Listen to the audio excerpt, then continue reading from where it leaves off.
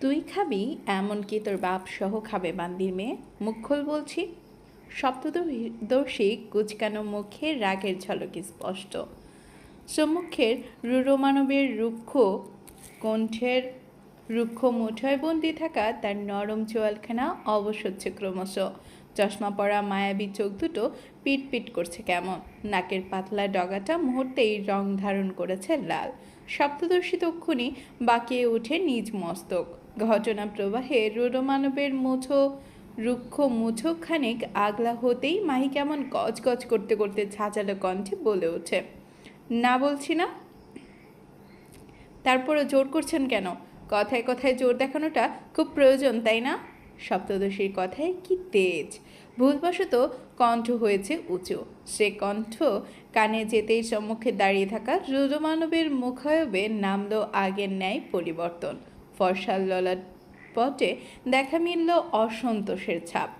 মোটা সোটা কালচে হৃদয়ের মধ্যাংশ কুচকে গেল মুহূর্তেই। বাদামি চোখ জোড়ায় লেপটে গেল এক আকাশসম অদৃশ্যের আগুনের রেশ। শক্তপোক্ত বাঁ হাতটা তক্ষুনি মুঠোবন্দি হলেও ডান হাতে মুঠোবন্দি করতে গিয়ে বাঁধল আরেক বিপত্তি। যুবকের ডান হাতে ছিল উষ্ণ দুধ ভর্তি একখানা কাচের গ্লাস। মাত্রা অতিরিক্ত ক্রোধের চোটে রুক্ষ 5 আঙ্গুল জোরালো চাপে বাড়তেই কাচের গ্লাসটা একদম দুমড়ে মুচড়ে গেল নির্দয় মানবের রুক্ষ হাতের মুঠোয়।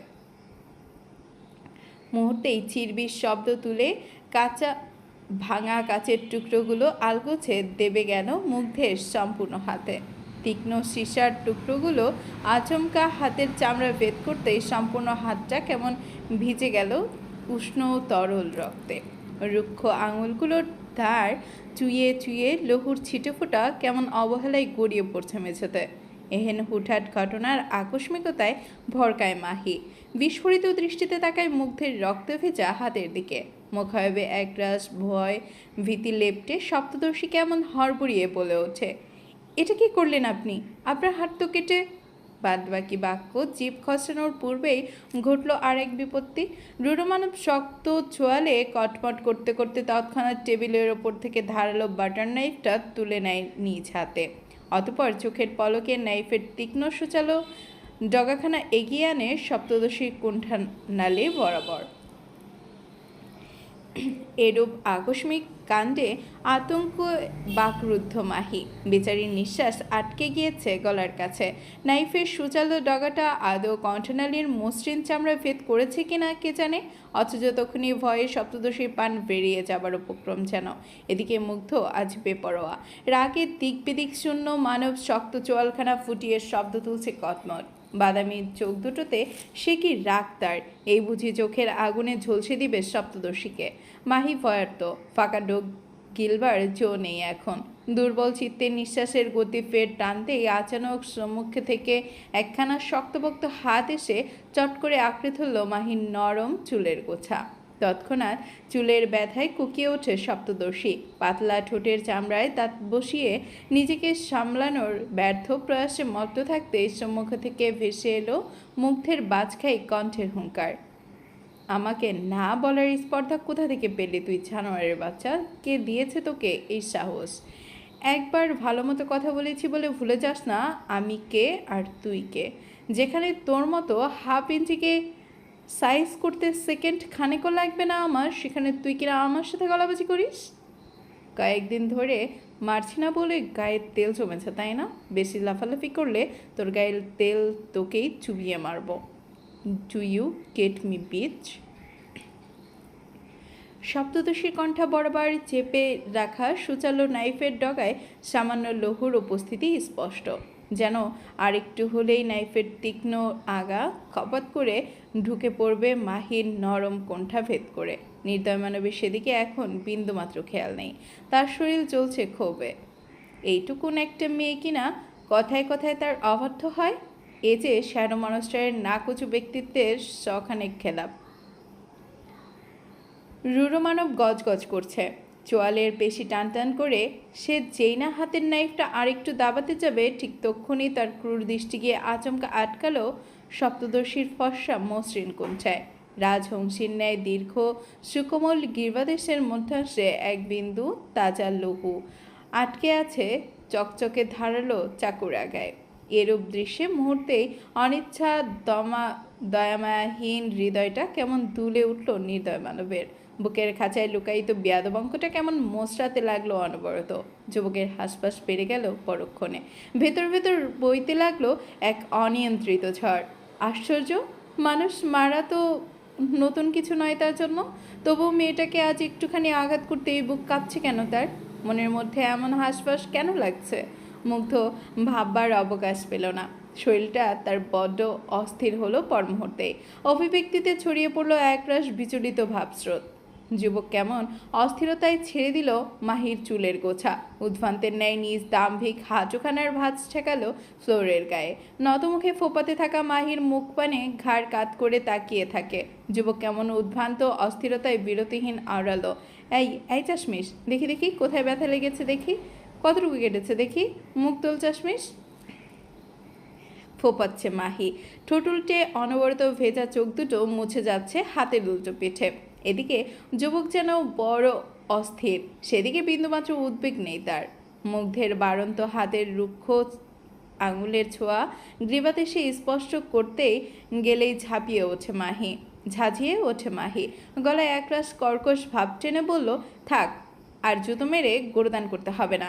নিচে মেরে এখন আবার আসছেন নাটক করতে। যান এখান থেকে বেয়াদব লোক, খবরদার ছোবেন না আমায়। আপনার স্পর্শ আমার জাস্ট অসহ্য লাগে। কয়লা ধুলে কি আর অত সহজে ময়লা যায়? ঠিক তেমনই তিরিক্ষি মেজাজের রুরুমানবও অত সহজে ভুলেনি নিজ চিরচেনা খোলস। মাহি রমন আঘাত দেখে একটুখানি অস্থির হলেও পর মুহূর্তে সপ্তদর্শী রমন ছাঁচালো বাক্য যেন অস্থিরতার ডোর কাটল নিমিষেই। কপাল কুঁচকে গেল ফের। দাঁতের সামনে দাঁত পিষে যুবক কেমন কটমটিয়ে বাড়ন্ত ডান হাতখানা গুটিয়ে নিল আলগোছে। ক্রূর দৃষ্টিতে মাহির পানে তাক করে উত্তপ্ত কণ্ঠে হিসিসি আওড়ালো, ভেবেচিন্তে বলছিস বান্দির মেয়ে? দেখিস আবার ভবিষ্যতে কথাটা যেন পাল্টে না যায়। By the hell in the monster way, next time ভয় পেয়ে আসিস আমার কাছে। প্যালেসের ছাদটা আছে না, তখন ঠিক ওইখান থেকে একদম নিচে ছুঁড়ে মারবো তোকে। জাস্ট আসিস একবার, বেয়াদবের বাচ্চা। নাক ফোলালো মাহি, মুখাবে টানলো একরাশ বিরক্তির ছাপ। সজ্ঞানে অমন একটা নির্দয় বিষ্টের কাছে কে যেতে চাইবে শুনি?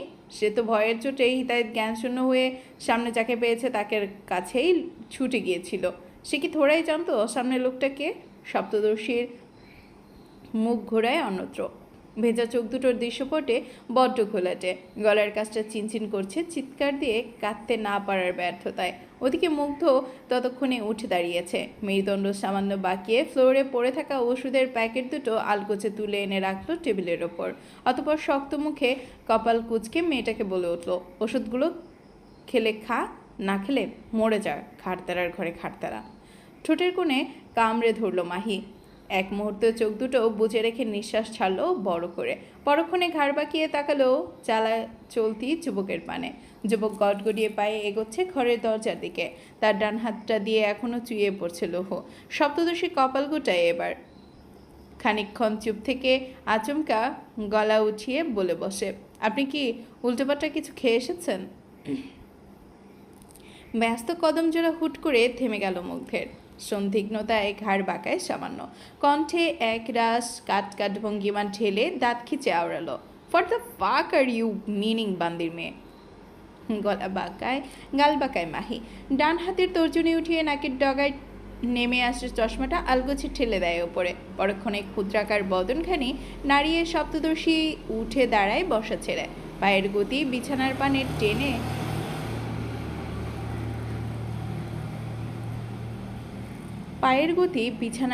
টেনে এনে কেমন কাট কণ্ঠে বলল, না মানে আজ আমার জন্য আপনার অত দরদ উতলে পড়ছে দেখে ভাবলাম রাতের নেশা বোধহয় দিনে করে ফেলেছেন।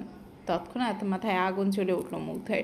দাঁত কিরমির করতে করতে রুরুমানব ঘুরে দাঁড়ালো পর মুহূর্তে। শক্ত দৃষ্টি তার অদূরের বেডসাইড টেবিলের কাছে দাঁড়িয়ে থাকা মাহির পানে পড়তেই যুবক পা টানল সেথায়। গটগটিয়ে মাত্র 4 কদম এগিয়ে এলো সপ্তদর্শীর পেছনে।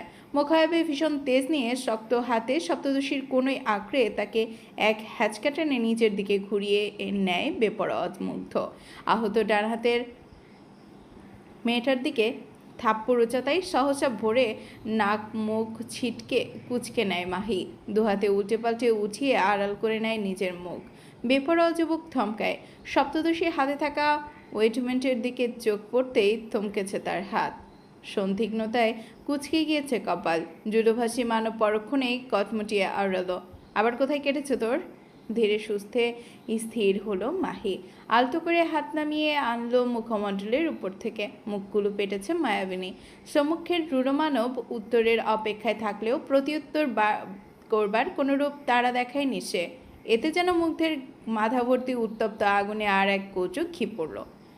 যুবক কেমন কটমট করতে করতে এক ঝটকে ছেড়ে দিল মাহির কোনোই। অতঃপর শক্ত হাতের তালু দিয়ে নিজ ঘাড় টলতে টলতে কিরমির করে আওড়ালো। সবার পেটে যে সব কিছু হজম হয় না তার জলযন্ত্র প্রমাণকে জানিস বান্দির মেয়ে? অবোধ সপ্তদর্শী মুখ তুলে তাকায় সম্মুখে। চশমার আড়ালে লুকিয়ে থাকা চোখ দুটো কেমন হতবুদ্ধির ন্যায় তাকিয়ে রইল মুগ্ধের পানে। হতবিহ্বলতায় দূরত্ব বাড়া অধৈর্যগোল ফাঁক গলিয়ে অস্পষ্ট বেরালো। কে? ঘাড় কাত করল মুগ্ধ। মেয়েটার পানে তীক্ষ্ণ দৃষ্টি তাক করে কর্কশ কণ্ঠে বলল, তুই ছাড়া আর কে বান্দির মেয়ে? অপমান। এ যেন মুখের ওপর অপমান। সপ্তদশী বেজায় রাগ উঠল। নাকের পাটা ফুলিয়ে এসে দুহাত ভাঁজ করল বুকের কাছে। গজগজ করতে করতে বলল, কথায় কথায় ঠেস না মারলে আপনারও যে হজম শক্তিতে সমস্যা হয় সেটাও কি বলতে পারেন? সেটাও তো বলতে পারেন। রাগের পারদ তরতর করে উপরে উঠছে মুগ্ধের। তবুও যুবকের সে কি নিয়ন্ত্রণ নিজের ওপর। সপ্তদশী অসুস্থ বিধায় হাত দুটো আজ লাগাম টেনেছে তার। নয়তো এতক্ষণে ঠিকই তুলকালাম বেঁধে যেত এখানে। রাগী মানব কেমন ফোসফোস করছে সাপের ন্যায়। দুহাত আলগোছে কোমরের ওপর উঠিয়ে কটমটিয়ে শুধালো। তারপর লোকটাকে ইচ্ছামতো কথা শোনানোর সুযোগ পেয়েছে মাহি। তা কি আর অত সহজে হাতছাড়া করে সপ্তদর্শী? সে কেমন ভেঙচি কেটে ওয়েটমেন্টটা এগিয়ে দিল মুগ্ধের পানে।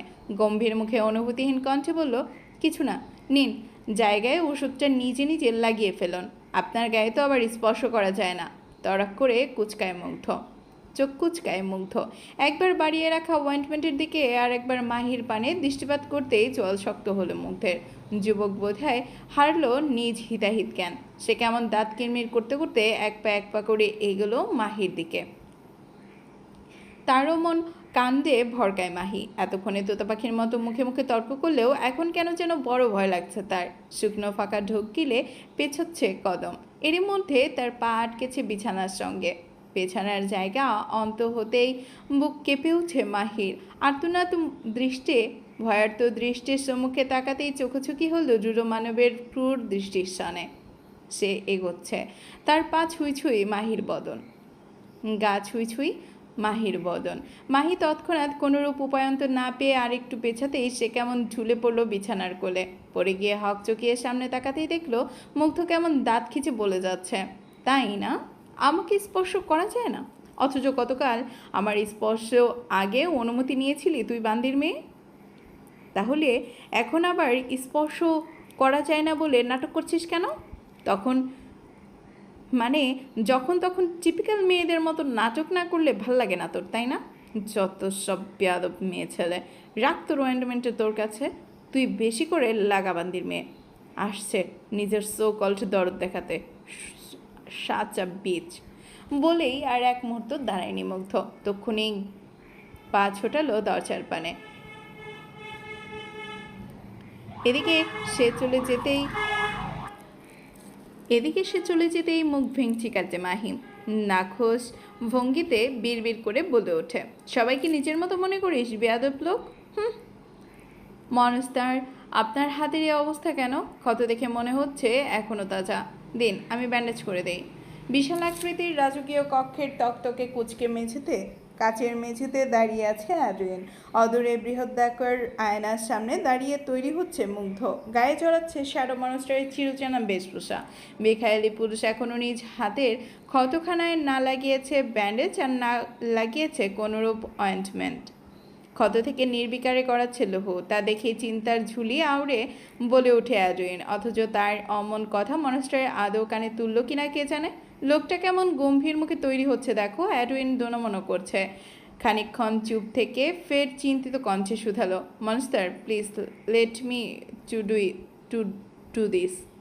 এ পর্যায়ে চকচকে আয়নার প্রতিবিম্ব হওয়া অ্যাডউইনের পানে কঠিন দৃষ্টি নিক্ষেপ করলো মুগ্ধ। ডান হাতে নিজের সিগনেচার ব্রেসলেট পড়তে পড়তে কিরমির কণ্ঠে আওড়ালো, just well on your own machine Edwin, this fucking cheap shots don't affect me at all. So তোর এত আগলা পিড়িত দেখাতে হবে না, পরে দেখা যাবে ওষুধের বদলে বিষ মিশিয়ে দিচ্ছিস। আটকে ওঠে অ্যাডউইন। নিজ ব্যক্তিত্বের মিথ্যে কালিমা লাগায় বেচারার মুখটা হয়েছে শক্ত। মনে এক পয়সা মেঘ জমিয়ে যুবক কেমন অনড় কণ্ঠে বলল, আমি এতটাও বিশ্বাসঘাতক নই মনস্টার, আপনি আমাকে এভাবে অবিশ্বাস করলেন? বাঁকা হেসে মুগ্ধ, মুখের ওপর কালো রঙা ফুল ফেস মাস্কটা পরে নিয়ে হাত বাড়িয়ে টুপি তুললেও মাথায়। পরক্ষণে বাদিক থেকে হাত বাড়াতেই একজন নতমুখী গার্ড বেশ বাধ্যতায় একখানা মখমলি কাপড়ে আবৃত একখানা বড়সড় থালা এগিয়ে ধরলো মনস্তারের দিকে। থালার উপর সাজিয়ে 7 ধরনের নামি দামি সুগন্ধি। তোর মধ্যে মনস্টার মহাশয় হাত বাড়িয়ে তুলে নিলেন ক্লেভেন নাম্বার 1 ব্র্যান্ডের পারফিউমটা। দু একবার ঘুরিয়ে ঘুরিয়ে গায়ে পারফিউম স্প্রে করে মুগ্ধ কেমন বাঁকা কণ্ঠে বলে ওঠে, যেখানে আমি নিজেই নিজেকে বিশ্বাস করি না সেখানে হু দ্য ফাক ইউ আর। ফোঁস করে নিঃশ্বাস ফেললো অ্যাডউইন। সে বেশ জানতো মনস্টারের উত্তর ঠিক এমনটাই হবে, তারপরও সে যে কেন এমন প্রশ্ন করে কে জানে। মনস্টার পুরোপুরি তৈরি ভিডিও কনফারেন্সের জন্য। তার দাম্ভিক কদমছোড়া ঘরের বাইরে অগ্রসর হতেই পিছু পিছু এগুলো অ্যাডউইন। তড়িঘড়ি করে কিছু একটা ভেবে জানান দিল, মনস্টার খবর পেয়েছি জঙ্গলে কয়েকজন আস্তানা গেড়েছে, যে কোনো সময় প্যালেসে ঢুকে পড়তে পারে। আপনি জাস্ট অর্ডার করুন মনস্টার, এক্ষুনি সবগুলোকে মাটিতে পুঁতে ফেলবো। শুনল মুগ্ধ। মাস্কের আড়ালে লুকিয়ে থাকা বাদামি ঠোঁট দুটো পিষে হাসল নীরবে। বাহাত পকেটে গুজে সম্মুখে অগ্রসর তার ব্যস্ত কদম। নির্লিপ্ত কণ্ঠে জবাব শোনা গেল মুহূর্ত ব্যয়ে, ও ফাক অফ অ্যাডউইন, সব কিছু নিয়ে এত প্যারা নিতে নেই, আসতে দে বাস্টারদের। অ্যাটলিস্ট ওরাও জানুক মনস্টার তার শত্রুদের কত আবেগ ঠেলে আদর করে। ওরা আসুক, পরবর্তীতে ওদের গা থেকে মাংস আলাদা করার কাজটা না হয় আমার পেটকে দেব। এসব ছোটোখাটো বিষয় নিয়ে মাথা ঘামানোর কিচ্ছু নেই, সো চিল। বাঁকা হাসলো অ্যাডউইন। মনস্টারের এহেন কনফিডেন্স যে বড্ড পছন্দ তার। যুবক নীরবে মাথা নেড়ে বলল, ওকে মনস্টার। সামনে প্রজেক্টর, চলছে ভিডিও কনফারেন্স। ক্যামেরার অ্যাঙ্গেলে ঘুরিয়ে রাখা মনস্তারের দিকে। বিশাল এক রাজকীয় আসনে পায়ের ওপর পা তুলে বসে আছে মনস্তার। মাথার ওপর বড়সড় গোলাকার টুপি থাকলেও তার মুখমণ্ডলের ওপর অন্ধকার বিরাজমান। তার বাঁ দিকে দুহাতে পেছনে ভাঁজ রেখে আরামে দাঁড়িয়ে আছে অ্যাডউইন। ডান দিকে প্রাডা। প্রজেক্টের পর্দায় দেখা যাচ্ছে গোটা 30 ক্ষমতাবান গ্যাংস্টারদের। প্রত্যেকের মাথা নুয়ে একে একে নিজেদের মন্তব্য পেশ করে যাচ্ছে। সবার মন্তব্য যখন শেষ প্রান্তে এসে ঠেকেছে, ঠিক তখনই গুরুগম্ভীর রাজবাড়ি কণ্ঠে আওয়াজ তুলল রুচি কিং। সে কি দারাজ কণ্ঠ তার, যে কণ্ঠের একটুখানি শব্দ শুনতেই কাঁপন ধরছে প্রত্যেকের বুকে। প্রাণ ভরে কেউই আর চোখ তোলার শান্তি পায়নি। এদিকে রুচি কিং ভাগ বাটোয়ারার মতো ডান হাতের একখানা রিভলভার নাড়িয়ে চাড়িয়ে বলে যাচ্ছে, আগামী 3 দিনের মধ্যে শিব লোয়াজিমা স্পেন বর্ডার ক্রস করার আগেই সেটার হামলা বসাবি চাশমিশ। আর ফ্রান্সের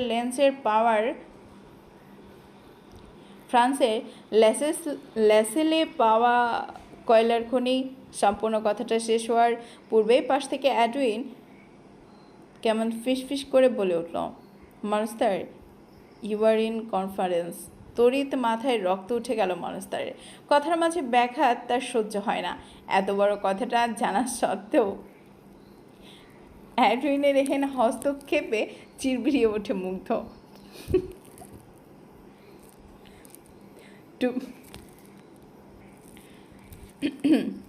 টুপিটা সামান্য উঁচিয়ে সে কেমন আঙুল চোখে তাকালো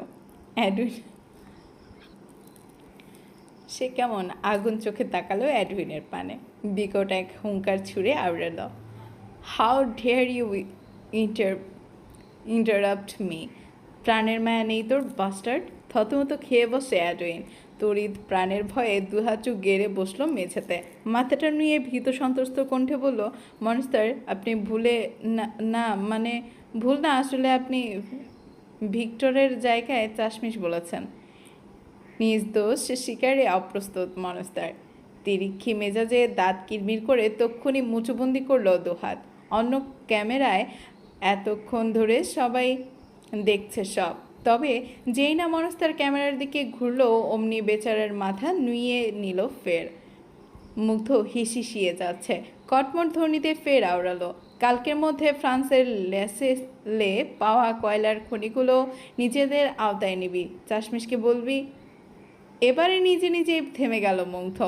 নিজ বাক্যে মনোযোগ পড়তেই যেন আকাশ থেকে পড়ল সে। হতবাগতায় শীর্ষে পৌঁছে গেল শক্ত চোয়ালে চিরবিরিয়ে বিড়বিড় করলো, for the fuck I am saying. বিরক্ততায় ভরে গিয়েছে মনস্তারের তনুমন। ওই বেয়াদব ঘাটতারা মেয়েটা আবারও তার ধ্যানে চড়ে বসেছে, ঠিক আবারও। কিন্তু এবার যুবক টলবে না। নিজের বেয়ারা মনের অসভ্যতাকে এক প্রকার চুলোয় চড়িয়ে যুবক কেমন গজগজিয়ে উঠে গেল বসা ছেড়ে। কটমট কণ্ঠে কেবল বলল, ফাক অফ এভরিথিং। কথাটা যেন আচমকা মাথার উপর বজ্রপাতের ন্যায় শোনালো সকলের নিকট। দ্বিধাদ্বন্দ্বে পড়লেন বেচারারা। গত 1 মাস ধরে মনস্তারের সময়ের জন্য অপেক্ষা করছে তারা। আজ যখন নিজে সময় দিতে চাইল, তাও কিনা মাঝপথে থামিয়ে দিল। সকলে যখন হা হুতাশে মতো, তখন গুরুগম্ভীর ভিক্টর কেমন বিচক্ষণিক কায়দায় ভাবতে লাগলো অন্য কিছু। মনস্টার তখন কি বলল? 2 বার চাশমিশ উচ্চারণ করলো। বাট এই চাশমিশটাকে যে কিনা মনস্তারের বিচক্ষণ মস্তিষ্কে কবজা করেছে। ভিক্টর গম্ভীর, কথাটা খুব একটা ফেলে দেবার মতো নয়। প্রজেক্টের ক্যামেরা অফ করেছে অ্যাডুইন। প্রাডাকে ভেতরে রেখে নিজে চলে গিয়েছে বাইরে। এদিকে মুগ্ধ কেমন বিরক্ত মুখে দাঁড়িয়ে আছে বিশালাকার কাচের তৈরি দেয়ালের সম্মুখে। মাথায় টুপি, মুখমণ্ডলে মাস্ক, সব কিছু অবহেলায় গড়াগড়ি খাচ্ছে মেঝেতে। যুবকের বাদামি চোখ দুটোর ফাঁকে গুজে রাখা জ্বলন্ত সিগারেট। সম্মুখে কাচের দেয়ালে প্রতিবিম্বতে নিজ প্রতিবিম্বর পানে তাকিয়ে আছে মুগ্ধ। সিগারেট লম্বা লম্বা টান বসিয়ে সে কেমন বিরক্তি ভরা কণ্ঠে নিজ প্রতিবিম্বকে চিরবিরিয়ে বলে ওঠে, দুনিয়ায় কি মেয়ের অভাব পড়েছে? এত এত মেয়ে থাকতে ওই এক ঘাটতারা বান্দির মেয়েই কেন যখন তখন তোর ধ্যানে চড়ে বসে? সমস্যা কি তোর? টেস্ট এত খারাপ কেন? যা 1 গ্লাস পানিতে গিয়ে ডুবে মর শালা, তাতে যদি লজ্জা হয় তোর। নিজের এত গালাগাল দিয়ে কি বোঝাতে চাচ্ছে যুবক, সে কি আদৌ জানে তা? মুনলাইট, তাড়াতাড়ি নিচে এসো, দেখে যাও কি হয়েছে। হতভম্ব মাহি। সপ্তদর্শীর সুশ্রী মুখখানে লিপটে গিয়েছে হতবাকতার ছাপ। মিলার কেমন অস্থির ভঙ্গিতে ছুটে এসেছে দেখো। তারপর কোনোরূপ বলাকোয়া নেই, তাকে নিয়ে ফের ছুটল কক্ষের বাইরে। মিলা যতটা অস্থির ঠিক ততটাই হতভম্ব মাহি। মিলার নরম মুঠোয় চেপে রাখা নিজ কবজি সন্ধি খানিক মোচড়াচ্ছে সপ্তদর্শী। ছুটন্ত তরুণীর সঙ্গে পায়ের তাল মেলাতে বড় হিমশিম খাচ্ছে সে। সময় নিয়ে হতভম্বতা কাটিয়ে সন্দিহান গলায় জিজ্ঞাসা করে ওঠে,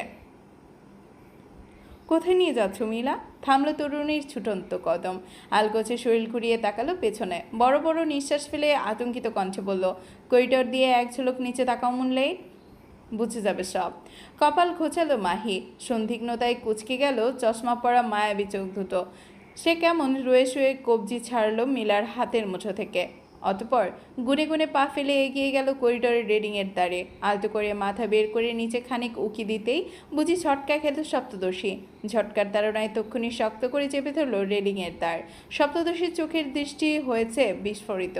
ঠোঁট যুগলের দূরত্ব বেড়েছে হতবাকতায়। সম্পূর্ণ গ্রাউন্ড ফ্লোরে বইয়ের স্তূপ। একে একে গার্ডসরা বইগুলো নিয়ে আসছে উপরে।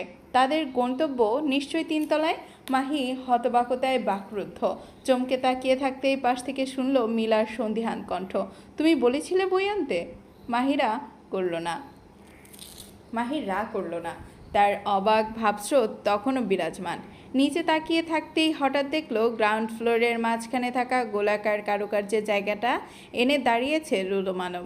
দুহাতে পকেটে গুজে সে কেমন রয়ে শুয়ে মাথা তুলে তাকালো উপরে।